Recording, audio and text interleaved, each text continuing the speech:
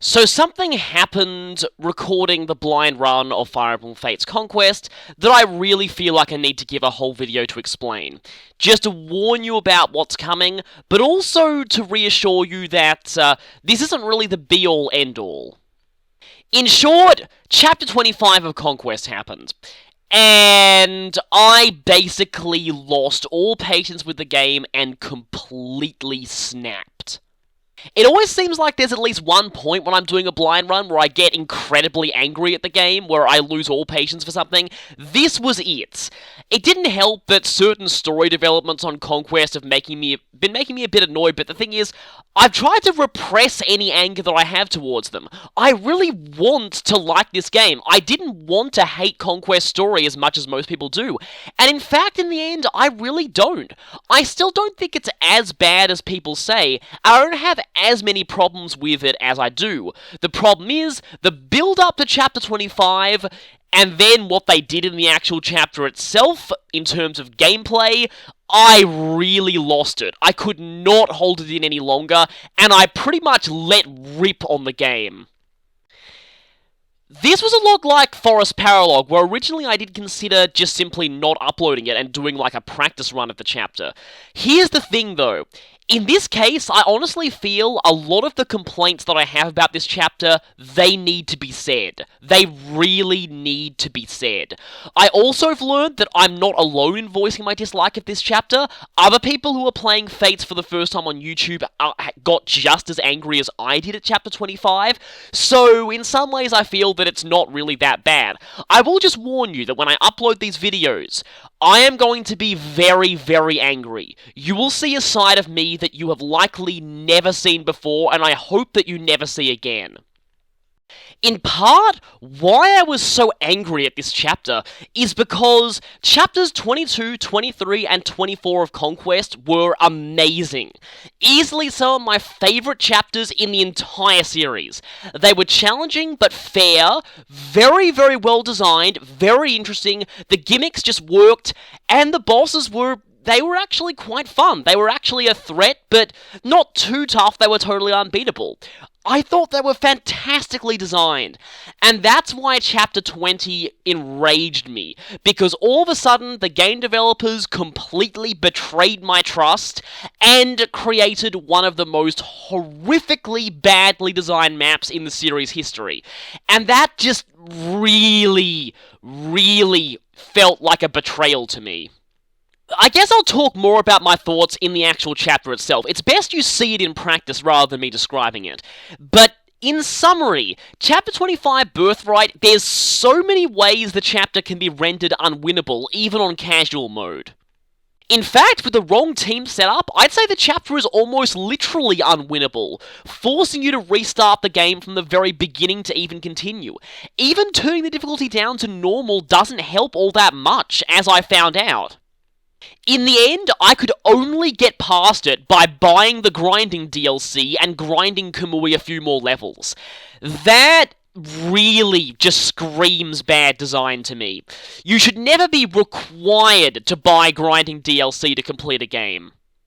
Now, had I known this battle would be this difficult, because I did not expect it to be this insane, I would definitely have made sure Kamui got a lot of experience before now. But this being a blind playthrough, I couldn't have possibly known that.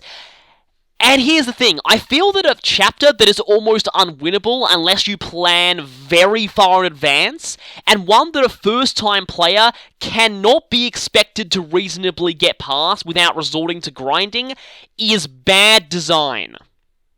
To sum up the chapter, basically you have two options. You can fight an even worse version of the Black Knight duel from Path of Radiance, which, by the way, was already almost totally luck-based in the first place, but this time not only is the boss even worse than the Black Knight, but you don't have any healer support either. You also don't have the option to simply refuse the battle if your main character's stats aren't good enough. I'm glad Path of Radiance gave you that option. It was an excellent get-out for players who had not been training Ike enough to win the fight. And the fact they don't give you such a get-out here, well, okay, that's not true. They do give you a get-out, but said get-out may be even worse than the actual fight itself. You have to get through hallways full of incredibly brutal enemies. Enemies that are an enormous difficulty spike compared to chapters 23 and 24. And I mean huge! The stats of these enemies compared to them are enormous, and they have utterly sadistic skill combinations. Like savage blow on ninjas that you almost can't avoid, who will debuff you to the point where samurais will kill even your highest defense characters. Lunging automatons with 3-range bows that you cannot possibly avoid. Strength ceiling masters of arms, ones with Pavis and Agis, enemies with all these blow skills stacked on top of each other. The enemy skill combinations are just absurd, and here's the thing, you have to fight your way through them and defeat 2 other bosses. On normal, you only need to beat 1, but on hard, you need to beat both other bosses. And all that does is it gives your other characters access to the chapter's real boss. And if anything, that's not really going to help all that much if...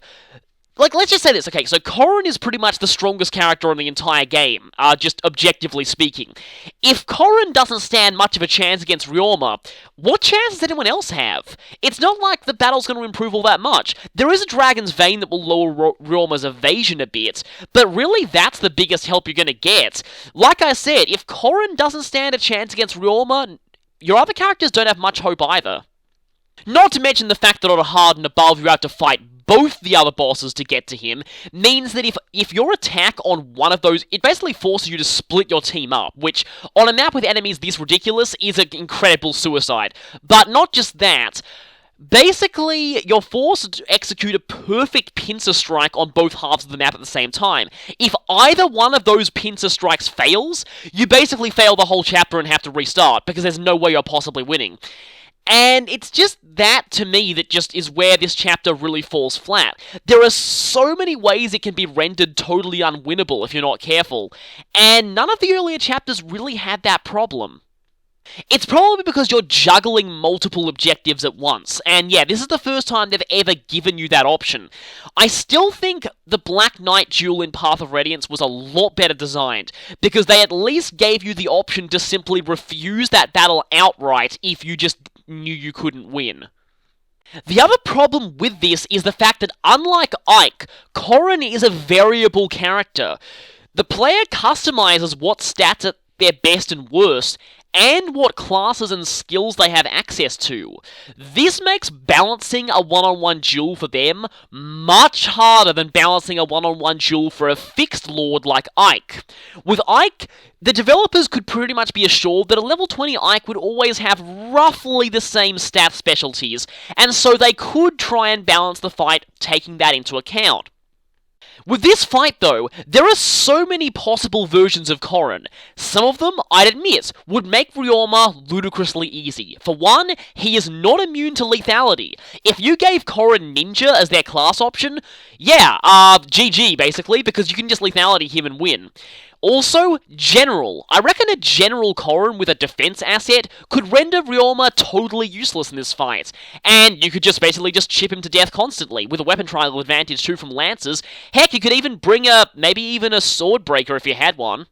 Sword Catcher, by the way, yeah. But say you're like me, who picks skill as Corrin's flaw, not a good idea when you're facing someone with enormous evasion, and Fighter as their class branch. That is literally the worst possible combination to be fighting a samurai with, so I naturally had trouble here, and I didn't really have much options to fix it. You can't grind for Friendship Seal supports on Conquest unless you buy DLC, so there really isn't much you can do here if your build isn't good enough for the fight. Thus, you're forced to take the other option to the battle, defeating both of the retainers, and that's possibly even harder. Also, Lord help you if you decide to make Corrin's asset like a healer class and decided, oh, I'm going to train them up in maid or butler for a little bit, and then this chapter hits you and you're like, oh crap, I'm screwed. Or worse, they were a mage or something. Yeah. So, there are just too many possible variables to account for in a fight with a customizable protagonist versus a fixed boss one-on-one, and that's why it's only natural they kind of failed miserably at making this balanced. So, it was definitely an issue. Now, the thing about this, though, is I thankfully did redeem my opinion on the game afterwards. I thought, basically, when this battle happened, my interest in playing the game or continuing was totally destroyed. I had to take a break from the game because the very thought of it infuriated me. I was so upset and angry at the game for betraying me so badly. I was loving it until now, and then it throws that at me, and I just hated it. However, even though I hated Chapter 25 up until the very end, the ending cutscene of Chapter 5 was actually surprisingly satisfying. Chapter 26 of Birthright, which I played afterwards, now, say what you will about the story of that, I'll talk more about that once I get there, but the actual gameplay of Chapter 26 Birthright was not bad. It wasn't as pathetically easy as I expected it to be, and that's a good thing, because to me it would be a slap in the face if the real module on Conquest was sadistically almost impossible, and the Xander duel on Birthright was pathetically easy. It's actually not the case. You do have to put some effort in that battle, and I do like that. I was told that for some reason Xander would not even attempt to hurt you in Birthright 26. I found out that that is totally wrong. So yeah, maybe that's only a normal mode thing, but yeah, totally wrong. You still have to put some effort into that fight, and I like that. So that was actually fine. Then, the intro to Chapter 26 Conquest was also very satisfying, and from the looks of things, Chapter 26 Conquest itself is not going to be that bad. Sure, it looks tough, but it doesn't look as impossible as Chapter 25 does, and I'm sure I can handle it if I take things slowly and carefully. So, all the rage that I have in the next part, don't worry, it gets better. I feel a lot better about the game afterwards. So yeah, so far that chapter is the only one that's got me. Now, I've heard very, very terrifying things about Conquest Endgame, so that worries me too, but hopefully I won't be as angry about that. So, okay, also, one more thing that I will say. The upcoming few chapters, I have recorded Chapter 25 in full now, and Chapter 26 of Birthright, but videos for them might be delayed a little bit more than usual. Firstly, I'm going away over this weekend, so I won't really be able to work on videos that much then. But here's the main thing. As you can probably tell, Chapter 25 Conquest and 26 Birthright are all going to involve some pretty major character deaths. As such, I want to go all out with the death montages here. These are going to be death montages that I need to get footage from a lot of chapters for, and because of that, it's going to take me quite a while to make and edit these. So, yeah. These chapters will take a while to make because I can't just whack all my footage together and just upload it. I need to work on these death montages quite a lot, and that's going to take a lot longer than normal. So, because of that, just bear with me. The next few videos might take a little longer to come out, but I'm sure they'll be worth it once they do. So, I will see you next time for extreme rage and anger. Again, I apologize, but don't worry, things will get better after that. Just wanted to warn you about it.